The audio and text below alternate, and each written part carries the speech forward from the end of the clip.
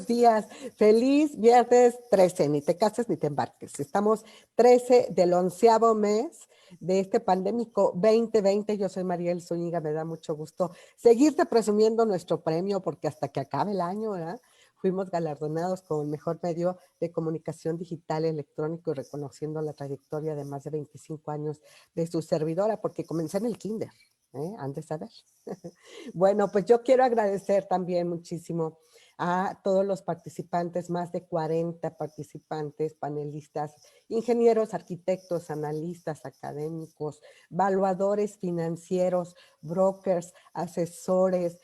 Bueno, todos estuvieron ayer ahí en una exitosa edición, 5º Foro Universitario de Vivienda con la UNAM. Agradezco y despido con un gran abrazo al arquitecto Marcos Mazaririar, el director de la Facultad de Arquitectura, que ya cierra su ciclo también allí en esta prestigiada universidad, que nos dio acogida y nos permitió hacer toda esta trayectoria de cinco al hilo.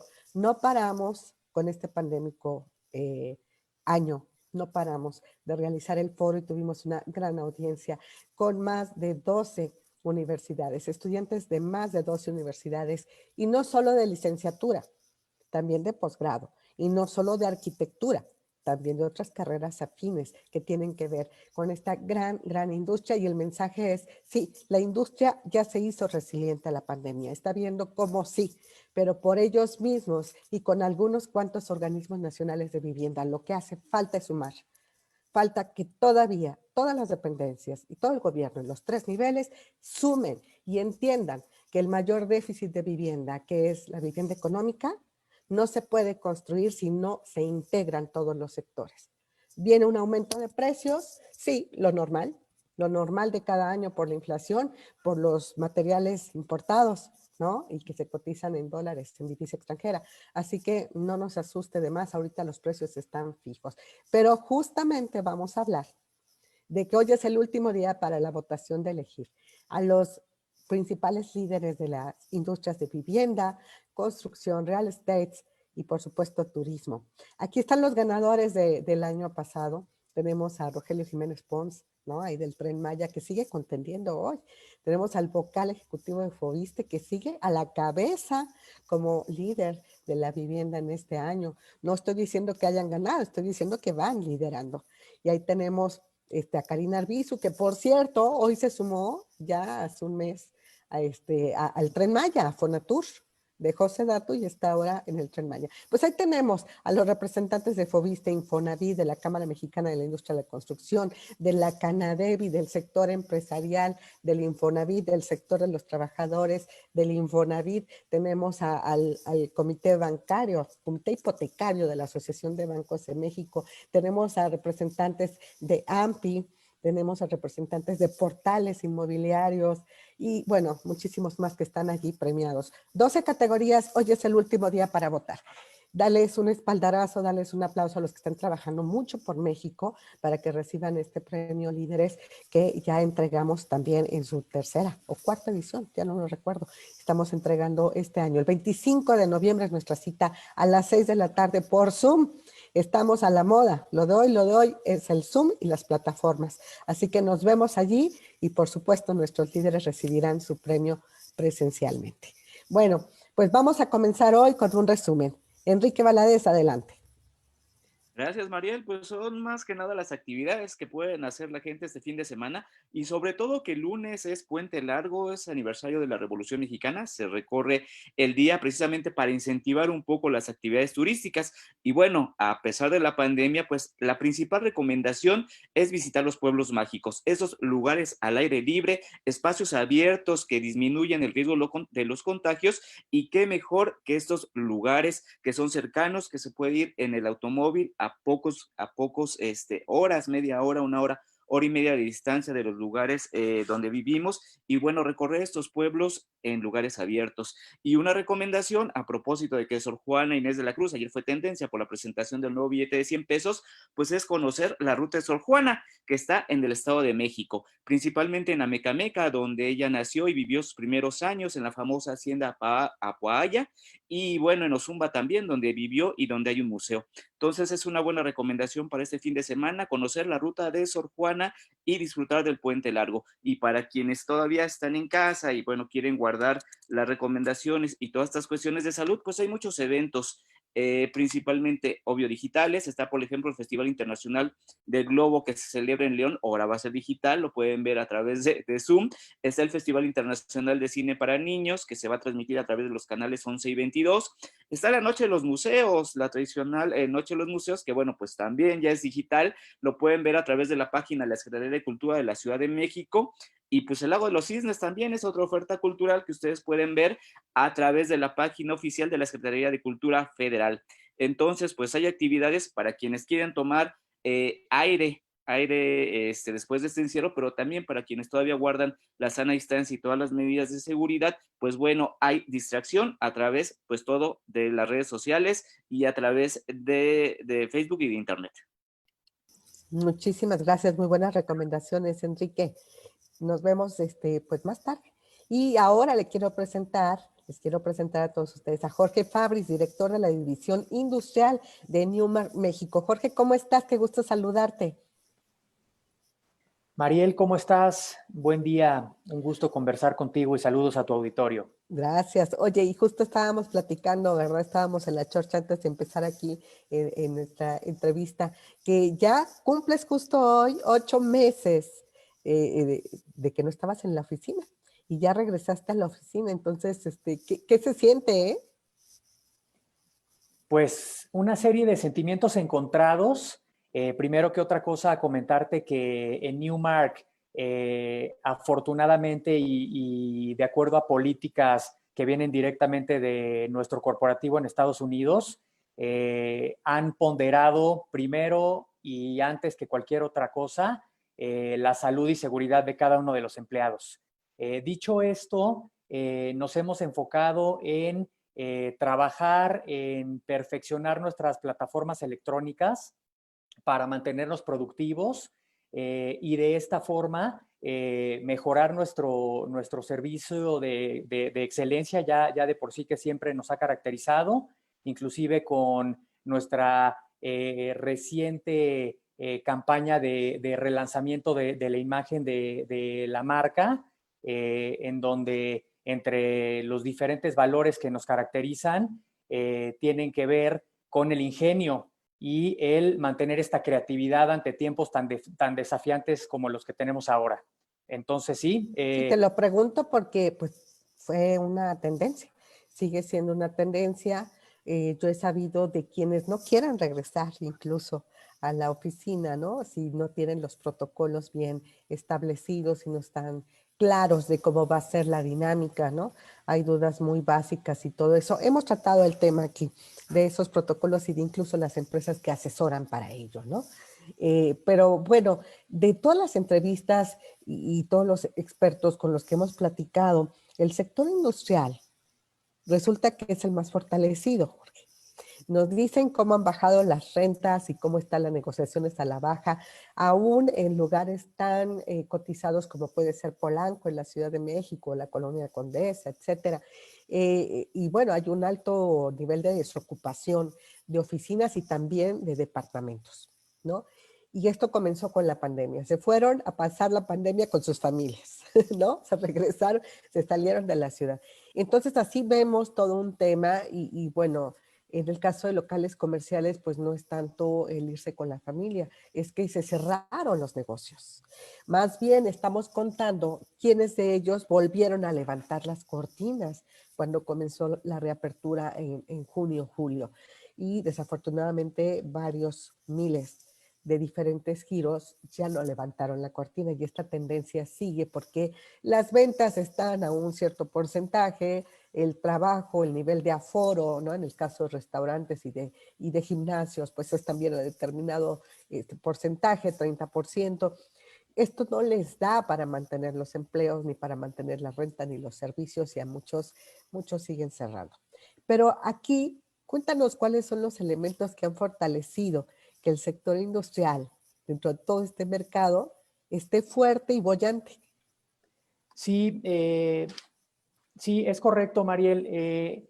Algunos de los factores por los cuales, como bien comentas, el sector inmobiliario industrial ha tenido un comportamiento resiliente ante la pandemia, que es definitivamente un momento coyuntural en toda actividad, no nada más en la parte inmobiliaria, diría yo, pero sí el sector inmobiliario industrial ha resistido muy bien, inclusive con tendencias positivas, te diría yo, hacia el 2021.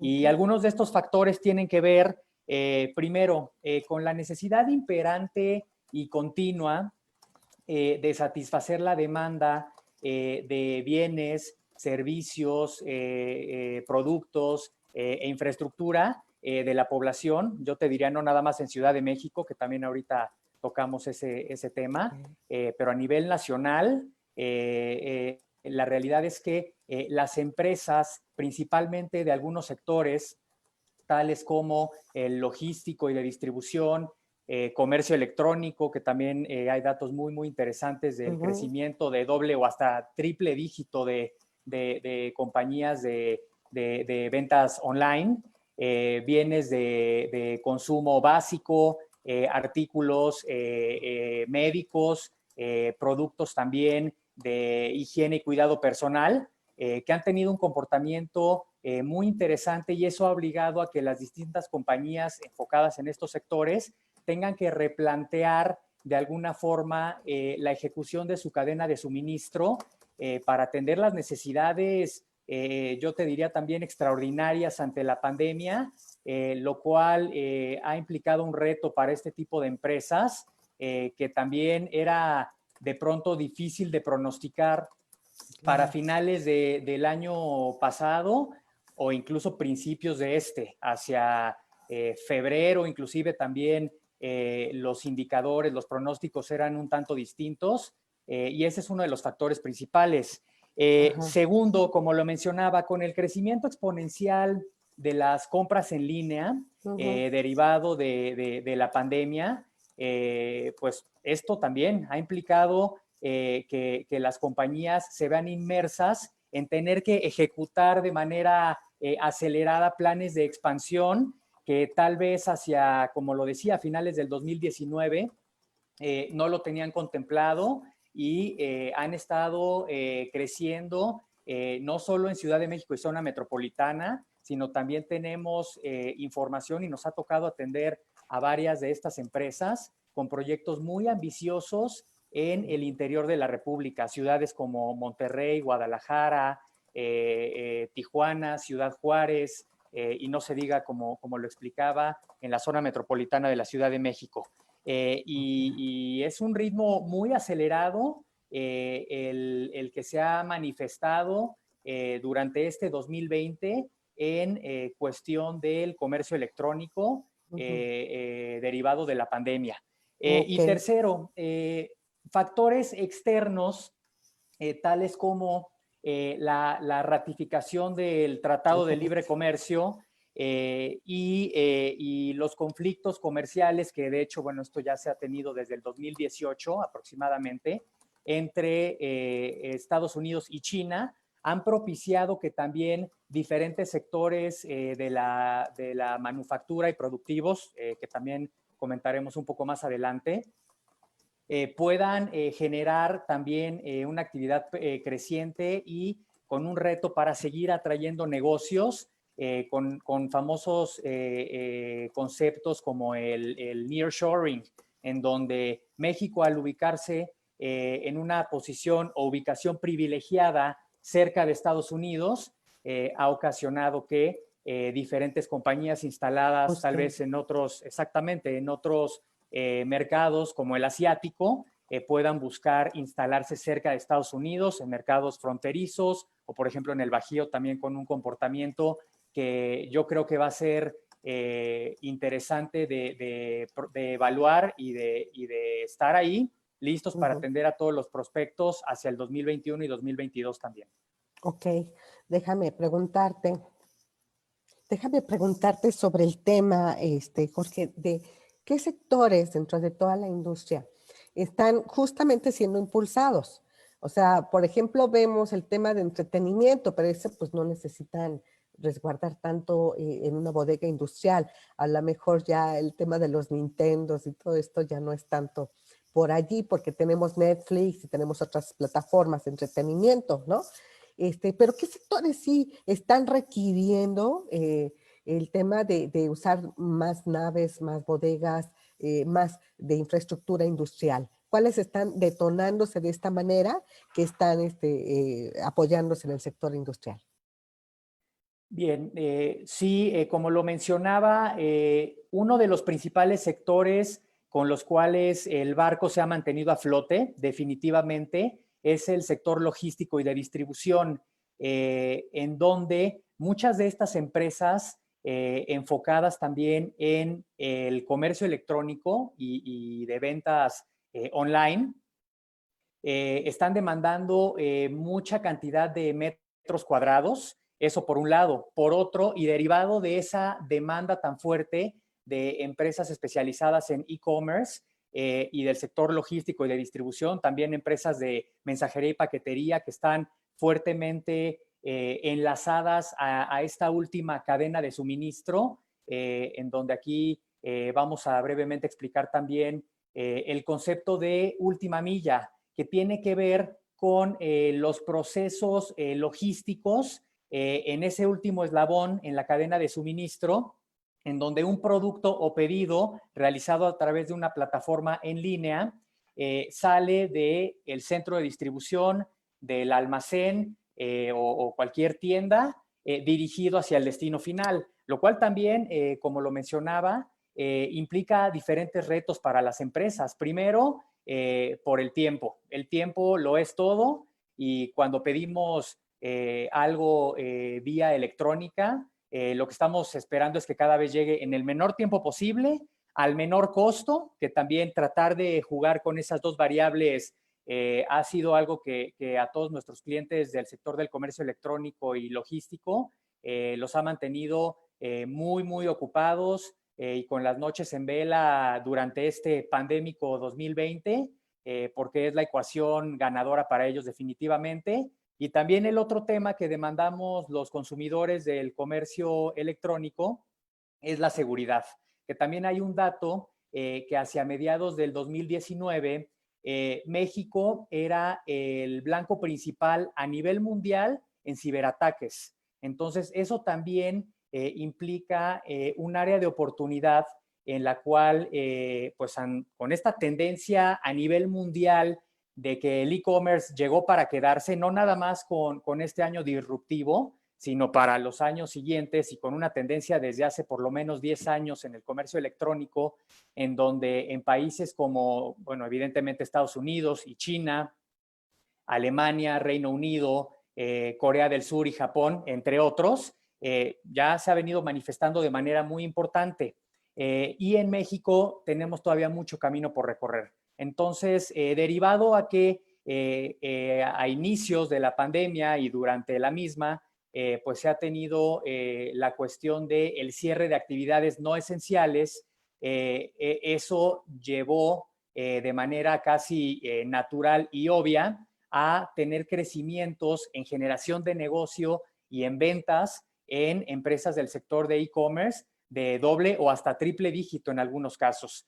Y, por ejemplo, también algunos datos interesantes de la Asociación Mexicana de Ventas Online hablan que durante este Buen Fin, que ahorita estamos justo en ello, el 30% del total de las ventas generadas se pronostica que van a ser a través de plataformas electrónicas. Entonces, todos estos indicadores que ya son una realidad y que se dieron de manera inclusive más acelerada de lo habitual, no quisiera decir que desordenada, porque al final del día las empresas también han ejecutado muy bien sus planes para atender estos proyectos de última milla, pero esto de aquí en adelante seguirá siendo una constante. También en lo que estamos relacionados con esto es en el hábito de los consumidores, que también hay estadísticas que hablan de que el porcentaje de retención de las personas que utilizan por primera vez plataformas en línea para adquirir es prácticamente el 100%. Y ahorita con la pandemia se dio principalmente por dos cuestiones. Una, porque no teníamos de otra con el cierre de tiendas y centros comerciales. Y segunda, porque representa el uso también de la tecnología desde la comodidad de nuestro hogar o desde nuestra laptop, tableta o celular. Entonces, definitivamente el tema del comercio electrónico es lo que ha mantenido el comportamiento muy adecuado y muy saludable en términos generales, y ahí están los indicadores del mercado para también cerrar el 2020 y con miras hacia el 2021. Entonces es el e-commerce, ¿no? Han dado datos tan interesantes aquí cuando nos platican, que nos hacen pensar, por ejemplo, y tú ahorita te referiste, sin mencionar el rango de edad, pero te referiste a estas personas que conocen las plataformas y ya se enamoran de ellas, ¿no? Dicen, ya, aquí les sigo surtiendo mi refri, mi despensa, mi ropa, mis libros, mi entretenimiento. Y nos han dicho de la población de la tercera edad. No lo habíamos pensado ni reflexionado así, como esta población, pues tiene con qué, ¿no? Tiene la tarjeta, tiene el poder, tiene sus ahorros, descubre el juguetito y le gusta, ¿no? Entonces se está volviendo una población que define bastante las compras, ¿no? Cierto nivel de compras, ciertos servicios y demás productos. Entonces está muy interesante la tendencia. Yo creo que esto va a seguir, ¿no? Si el e-commerce sigue, porque pues ahorita todavía no tenemos un panorama de hasta cuándo acaba esto del COVID, ni mucho menos, no tenemos una certeza. Entonces, además, yo entiendo y lo vivo, puedo platicar con ustedes, y si tú estuvieras en Tijuana o estuvieras en China, no tienes que pagar el avión, no tienes que viajar para que nos sentemos en la cabina de radio a platicar, ¿verdad? Personalmente. Pues ya lo sustituimos, estamos viéndonos así y eficientamos tiempos, nos ahorramos dineros, ¿no? Costos, y podemos llevar a cabo la conversación y transmitirla al público. Entonces, esto llegó para quedarse. De alguna u otra manera vamos a seguir haciendo estas entrevistas, aunque la pandemia ya pase, porque ahorramos todo este tema, eficientamos con todo este tema haciendo a través de las plataformas entrevistas, independientemente de que con otros nos reunamos cuando esto se pueda volver a hacer. Entonces, yo creo que el comercio es similar. ¿Tú cómo ves? Que va a seguir así tanto el e-commerce como todo este tema de logística para las empresas que entregan paquetería y demás, el concepto que estás manejando de última milla, yo creo que esto va a seguir, ya se descubrió la herramienta, se estaba detonando en México, era un jugador joven, ¿no? México para todo este tema del e-commerce, y se detonó porque tenía que ser, y la empresa que no estuviera en plataforma o se montaba o se le iba el tren, ¿no? Entonces yo creo que esto va a seguir así. Entonces tú ves muy buenas perspectivas con todo este conjunto de cosas de cara ya al 2021, aún con pandemia, Jorge. Así es, Mariel. Las expectativas son positivas. Siempre nos gusta comentarle a nuestros clientes y en este tipo de eventos y de oportunidades, mencionar que primero que nada nosotros somos o tenemos que ser los primeros promotores de lo que está sucediendo en México. Nos ha tocado atender webinars, porque sí, definitivamente este año pues los viajes están cancelados, pero desde antes, cuando eran eventos presenciales en el extranjero y ahora mediante estas plataformas, nos toca mencionar todo lo que está pasando en México. Ahorita con la tendencia fuerte del comercio electrónico, que además esto era algo inherente que se tenía que seguir dando, porque desde años anteriores, digamos en tiempos pre-COVID, los niveles de absorción y de actividad del mercado inmobiliario industrial, por ejemplo, en la zona metropolitana de la Ciudad de México, presentaron números históricos desde el 2015 hacia el 2018. La verdad es que los datos fueron de un mercado muy, muy saludable. Definitivamente también a ojos de las fibras, los desarrolladores, fondos de inversión de capital privado, SECADES. La verdad es que también desde aquel entonces y ahora, inclusive con pandemia, siguen con la mira puesta en seguir ejecutando sus proyectos de parques industriales y centros logísticos mediante la adquisición de extensiones territoriales con vocación para levantar muchos metros cuadrados, ya sea de manera especulativa, es decir, que ellos adquieren el terreno, levantan el proyecto y va llegando alguien a rentarlo ya con el producto existente. O también mediante proyectos build to suit o tipo llave en mano, que también ha sido el caso de empresas del sector de comercio electrónico en ciudades como, por ejemplo, además de Ciudad de México, también Monterrey y Guadalajara, en donde mediante este tipo de esquemas les están levantando sus centros de distribución o fulfillment centers para atender necesidades de última milla. Y sí, es correcto toda esta tendencia positiva. Nuestros clientes, como te mencionaba, fibras, fondos de inversión de capital privado, nos están preguntando y solicitando apoyo para encontrar oportunidades. También una tendencia interesante en las principales ciudades del país es también encontrar inmuebles que anteriormente funcionaban, por ejemplo, como antiguas plantas de manufactura de diferentes industrias, de la industria alimenticia, farmacéutica o cualquier otra, que se pusieron en venta y que están adentro de la ciudad en una posición estratégica para atender necesidades de proyectos de última milla. Entonces, estos fondos y fibras adquieren el inmueble, lo reconvierten para convertirlo en un centro logístico y atender este tipo de necesidades, que también eso nos ha mantenido afortunadamente muy ocupados generando este tipo de oportunidades. Hemos visto esto, fíjate, también en el tema de oficinas, reconversión de edificios pues, antiguos, históricos, etcétera. Se está dando la facilidad, ¿verdad? Hay por parte de la autoridad como una apertura en este tema de reconversión de inmuebles.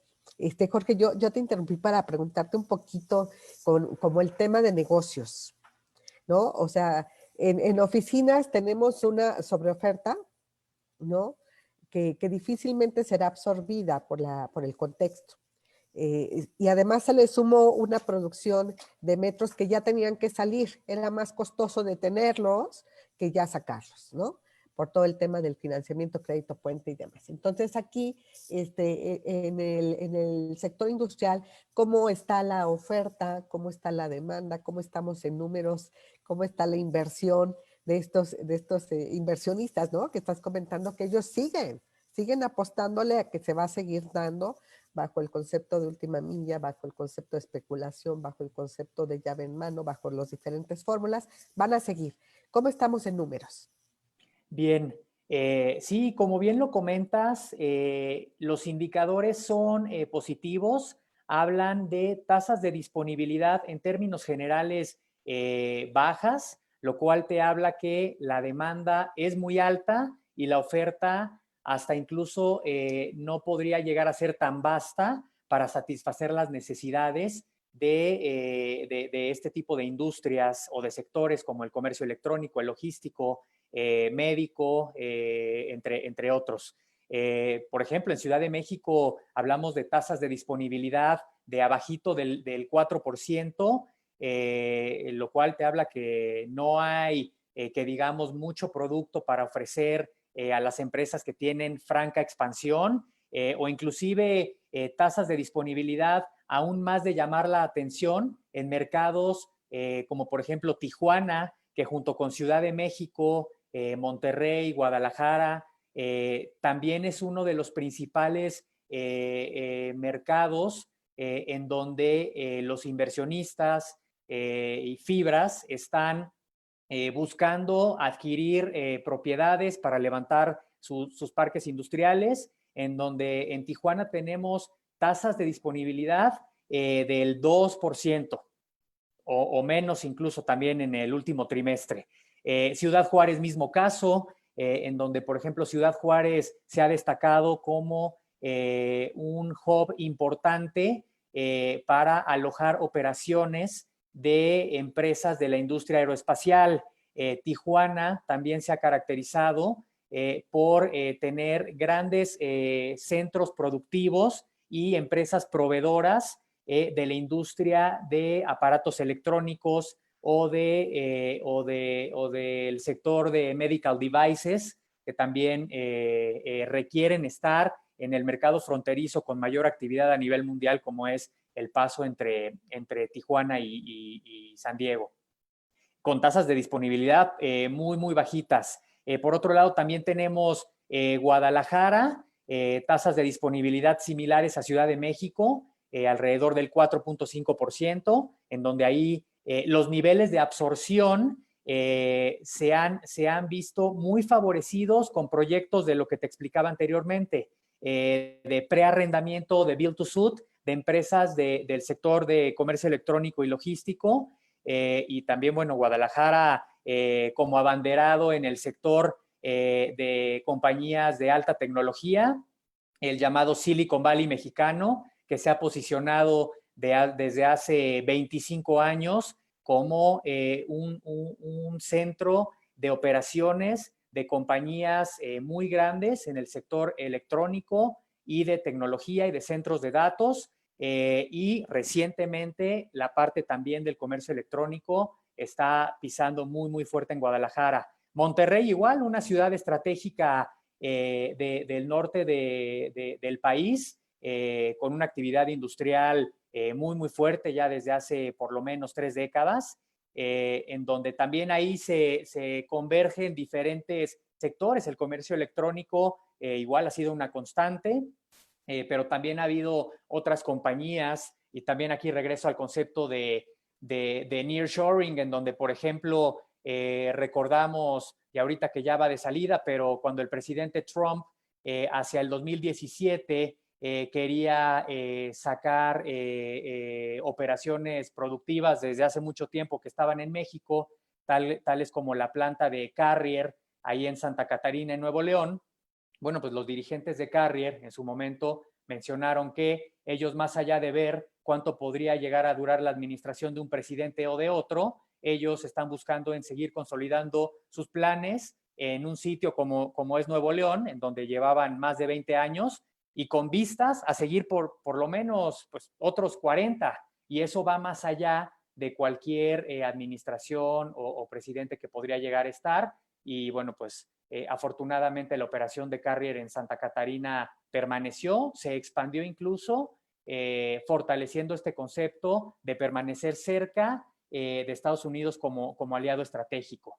Entonces, el mercado muy activo, principalmente la demanda a todo lo que da, afortunadamente. Sí se tenía cierta incertidumbre hacia marzo o abril, en donde varios de nuestros clientes, tanto usuarios como inversionistas, nos preguntaban cómo iba a ser el comportamiento en cuanto a los precios, en donde, como bien lo mencionaste, Mariel, en otros sectores sí se han visto mermados. Aquí la realidad es que el comportamiento se ha mantenido relativamente estable, contrario a lo que inicialmente se podría haber pensado en un posible colapso derivado de la crisis económica, de las caídas lamentablemente tan estrepitosas en el Producto Interno Bruto, en donde pues estudios indican que vamos a cerrar el 2020 pues abajito del doble dígito, en el 9.7 más o menos, de déficit, digámoslo así,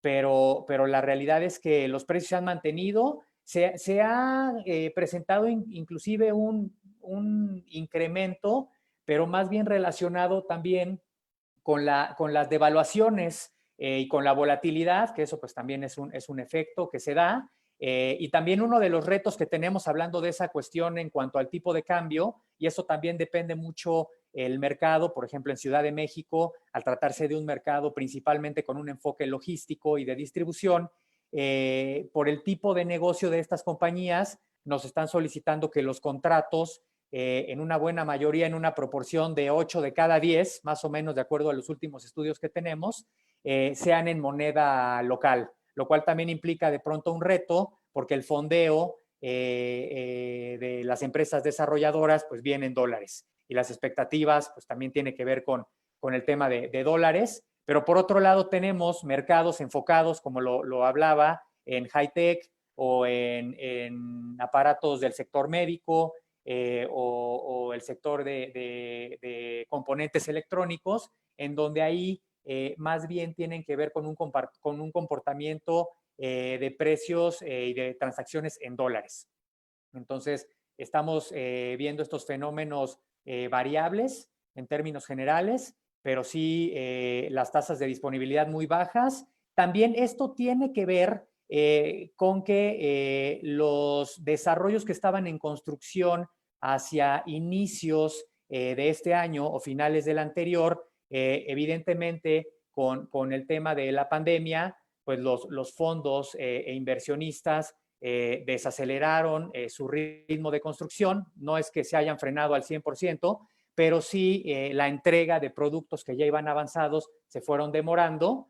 Y la verdad es que el panorama de aquí al 2021 o 2022, por ejemplo, en Ciudad de México, hablando de que se tienen en proyecto, digamos, para que pronto puedan empezar a mover toda la maquinaria, alrededor de 1 millón de metros cuadrados que podrían estar disponibles en el mercado para satisfacer esta demanda de usuarios en las diferentes industrias que ya había mencionado. Y mismo caso en otros mercados, también en Para Guadalajara naves se han instalado. industriales, sería, Así Jorge. es, Ok, es un correcto. buen número. Oye, yo ya me alargué contigo, quise todo para mí, pero por favor déjame manifestarte un poco de las inquietudes del público, a ver cómo Claro. vas contestando. Mira, nos preguntan, ¿cómo cambiaría esta cadena de suministro, la que tú estás describiendo? Te dejo la siguiente. ¿Cómo se ve el comportamiento de este sector con la relación de Estados Unidos y China, ahora con Joe Biden? Y en materia logística, ¿cuál es el reto para la distribución de la eventual vacuna contra el COVID? Lo dejo ahí, ahorita le seguimos. ¿Qué contestas, Jorge? Sí, gracias. Bueno, el tema de rediseñar o reinventarse con la cadena de suministro, como lo explicaba, tiene mucho que ver con el crecimiento tan acelerado, con lo cual las empresas especializadas, los operadores y toda la cadena que integran esta industria, pues se han tenido que ver inmersos en un reto para ver cómo eficientar costos y al mismo tiempo satisfacer la demanda. Y te digo que también esto está relacionado a que con el cierre de actividades no esenciales, sobre todo a inicios de la pandemia, y bueno, veamos cómo se sigue comportando esto hacia el primer trimestre o segundo trimestre del 2021, pero eso ha definitivamente requerido que las empresas especializadas tengan que nuevamente revisar desde las entrañas de sus estructuras cómo poder ser más eficientes en costos, atender en tiempo y forma las necesidades de bienes, servicios e infraestructura de la población a nivel nacional y por consiguiente situarse en una posición competitiva. Eso es como en términos generales yo llamaría la reinvención de la cadena de suministro ante tiempos tan desafiantes como los que tenemos ahora. Segundo, la parte de cuáles son las perspectivas de México ante la nueva administración que en enero estará tomando Joe Biden. Pues yo pienso, y sin la intención de meternos mucho a temas políticos, que al final del día México y Estados Unidos son socios de primera mano, vecinos, en la parte comercial, con el Tratado de Libre Comercio, que fue definitivamente una buena noticia, con la cual empresas del sector automotriz, en donde México desde hace algunos años se ha estado posicionando y con cifras de mediados del 2019, México se ubicó como el cuarto exportador a nivel mundial de automóviles en México, solo detrás de Alemania, Estados Unidos y Japón, dejando atrás algunos países como Canadá y Corea del Sur, y esto con la ratificación del tratado y con la entrada de Joe Biden, que de acuerdo a los expertos en la materia hablan que tiene una tendencia de centro más bien moderada, podríamos pensar que la relación pudiera llegar a darse de manera, entre comillas, suave, para que esto pueda seguir fluyendo y que en beneficio de los tres países esto se pueda dar. Y otro tema importante, en mi opinión, con lo cual me parece que Joe Biden tiene su bandera de inicio en su administración, es que él desde que era vicepresidente en la administración de Obama, se enfocó muy fuerte en tratar de generar y apoyar medidas en cuanto a la generación de energías no renovables. Y esa parte creo que también va a ser interesante a ver cómo se va resolviendo aquí con México, en donde también el sector de manufactura o de producción en este tipo de energías, también en México tenemos mucho camino que recorrer, pero yo creo que también es algo que lo vamos a ver hacia los siguientes años, ya entrada la administración de Biden, y vayamos viendo cómo se compagina con el presidente López Obrador, pero pienso que también puede ser algo interesante en beneficio de todas las partes. Te preguntaban de la cadena de suministro para el COVID. Tú ves, me imagino que lo que quiere saber nuestro público es cómo serán el reparto, la distribución, si existe como la suficiente logística, ¿no? Por parte de México para la distribución de la vacuna. ¿Cómo ves tú? Sí, es un tema bien interesante y para tocarlo muy a profundidad, yo he platicado con diferentes especialistas en la materia, varios clientes enfocados en el sector logístico y sí están con todo el enfoque puesto para satisfacer este reto logístico que de por sí ya lo tenemos con la cuestión del comercio electrónico, como lo hablábamos anteriormente. Pero también ahí va a estar fuertemente relacionado con el apoyo del sector gubernamental. En cuanto, y de acuerdo a las notas que vemos todos los días y declaraciones del secretario de Relaciones Exteriores, por ejemplo, que ha mencionado que se han hecho pedidos con tiempo de anticipación para la distribución de alrededor de 100 millones de vacunas, pues creo que ese es un buen paso, en mi opinión, que ya se ha dado. Lamentablemente todavía tenemos mucha incertidumbre de cuándo será el momento en el que se tenga la vacuna, pero algo importantísimo es que toda la cadena de suministro y empezando desde la labor que le corresponde al gobierno en cuanto a posicionarse en los pedidos anticipados de las vacunas, todo el sector logístico y de distribución deberá de estar muy atento para que no se puedan generar demoras o inclusive te diría, sin la intención de ser alarmista y todo lo contrario, de generar algún colapso en la distribución. Entonces es algo que ya se está trabajando y que tendremos que profundizar en los siguientes meses, definitivamente. Claro. Oye, y bueno, preguntan, yo creo que nos vamos a quedar con varias preguntas, ¿eh? Y que te vamos a mandar para que después nos hagas el Sí. favor de contestar, porque hay muchas preguntas. Te voy a lanzar 3 más. Dice, ¿se mantiene el Bajío como el motor industrial del país? Segunda, ¿el home office necesita estos controles de ciberseguridad y aumentará así el uso y búsqueda de esto? ¿Y cómo se observa a las pymes ante las grandes empresas en el e-commerce? Bien, respondiendo la primera pregunta, definitivamente, el Bajío se sigue y seguirá posicionando en la industria automotriz. En el 2018 salió una entrevista que me gustó mucho del secretario de Desarrollo Económico de San Luis, en donde mencionaba o entre comillas se jactaba y mencionaba que podríamos presumir que el Bajío como región, incluyendo San Luis Potosí y Aguascalientes, era la única parte del mundo en donde se tenían 7 armadoras. Y con ello, pues una cantidad de alrededor, en aquel entonces, de 800 empresas, proveedores Tier 1 y Tier 2, directos y que están también directamente abajito en la cadena de suministro, en el sector automotriz y aeroespacial también.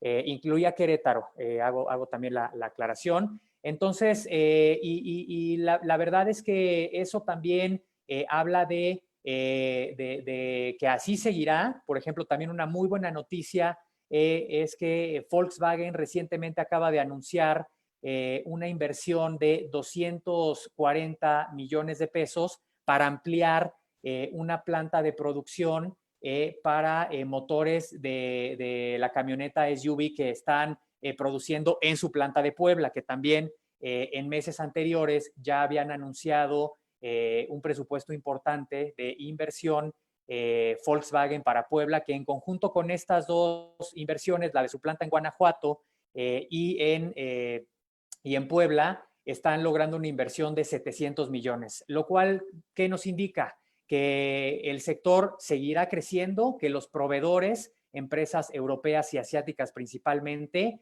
a lo mejor durante este año no tuvieron un ritmo muy acelerado, que lo hablábamos y lo analizábamos, por ejemplo, con el e-commerce, pero se seguirá manifestando de buena forma. Y con miras puestas a lo que mencionábamos, a que México se está perfilando entre los 5 primeros exportadores a nivel mundial, codo a codo con economías muy sofisticadas como Estados Unidos, Canadá, Alemania, Japón, etcétera. Entonces, las expectativas son muy buenas y con el nearshoring, mismo caso, y con las ventajas competitivas que se tienen en México en cuanto a mano de obra calificada, los costos, que a pesar de que en el Tratado de Libre Comercio Estados Unidos pues le exige a México que suba de manera importante su costo de mano de obra, seguimos siendo muy competitivos, inclusive mejor que China. El tema también de la seguridad industrial, por ejemplo, las leyes de propiedad intelectual en México tienen alcances similares a las que se presentan en Estados Unidos y eso le da mucho más seguridad y certeza a empresas que se encuentran en Asia. Entonces hay diferentes factores para pensar y es parte de los retos que nosotros como especialistas en la materia inmobiliaria industrial debemos de tener la mira puesta en este tipo de empresas y proveedores de las armadoras de la industria automotriz para seguir atrayendo la inversión de estas compañías que necesiten estar estratégicamente cerca de Estados Unidos. Entonces, el motor de aquí a los siguientes años, definitivamente sí, para el sector automotriz seguirá siendo el Bajío.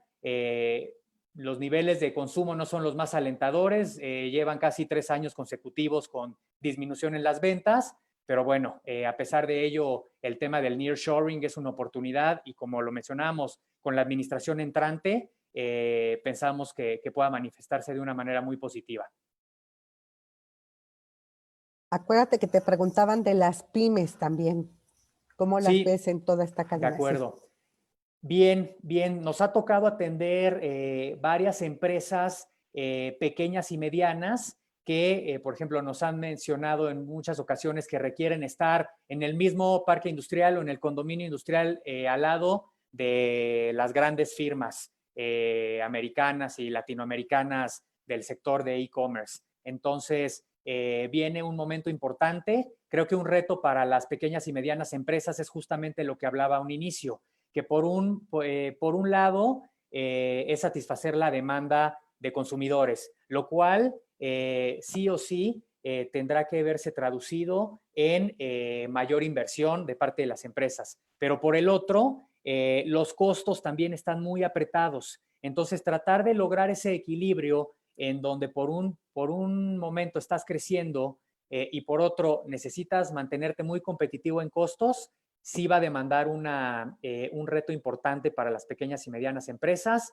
pero nos ha tocado ver un poco de todo en esta pandemia, en donde hasta llegan de pronto a entregar paquetes de pedidos en línea en empresas de transporte que igual se pide por el comercio electrónico, mensajerías, paqueterías, algunas muy grandes, algunas más pequeñas, pero sí habrá que estar con las antenas bien levantadas, hablando de pequeñas y medianas empresas con el sector de comercio electrónico. De pronto también habría que dimensionar el riesgo por esta competencia tan fuerte que se podría generar por lo mismo, pero también tiene todo que ver con la inversión fuerte en plataformas tecnológicas. Estoy viendo muchísimas preguntas. Yo creo que con esta, pues, la terminamos. Te voy a mandar todas las que están, para que nos hagas favor ahí en un ratito de escribir tu respuesta. Pero bueno, no lo voy a dejar, no lo voy a pasar por alto, que sepa nuestro público que te las vamos a transmitir. Nada más es preguntarte que si con el e-commerce sigue como se ve en los centros comerciales, desaparecerían o cómo tendrían que cambiar. Y la parte de cuáles son las perspectivas y proyectos que trae Newmark para 2021. Y ahí con esa la detengo. Bien, en cuanto a la parte de tiendas físicas y centros comerciales, es muy prematuro para hablar de cómo se va a comportar de aquí a tal vez el primer semestre del 2021. Todo va en función, en buena medida, a cómo se vaya a seguir generando la cuestión de la salud con la pandemia.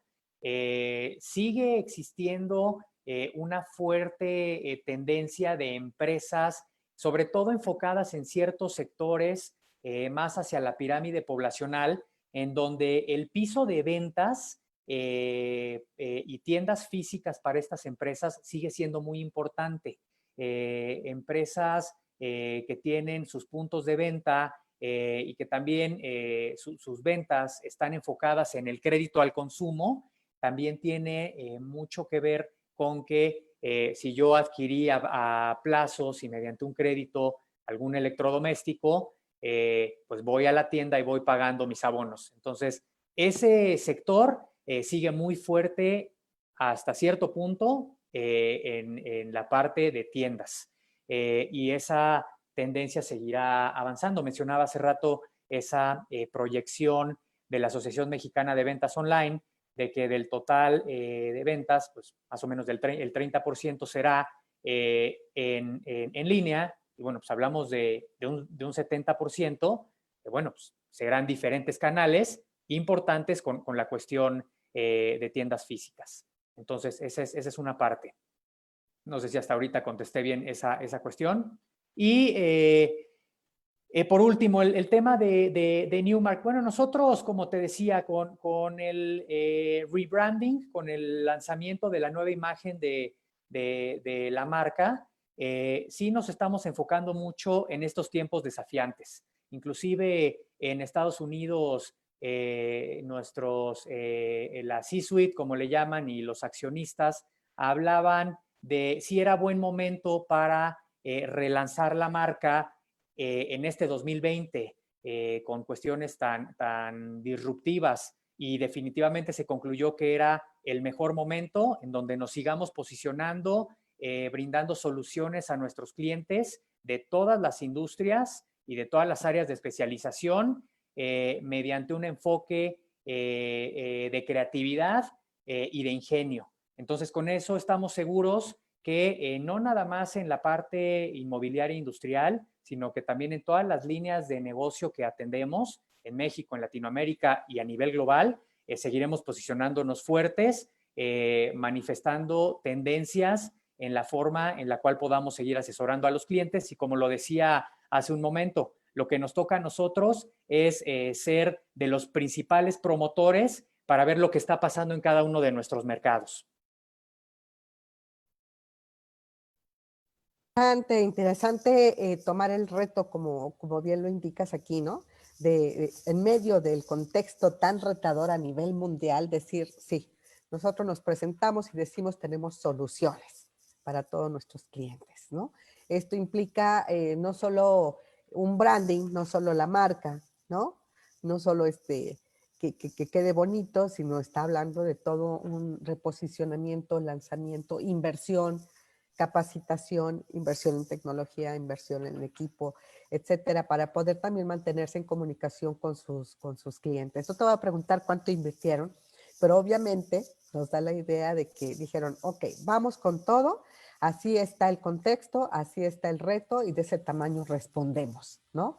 Ya platicaremos, Jorge, cómo termina el año, ¿no?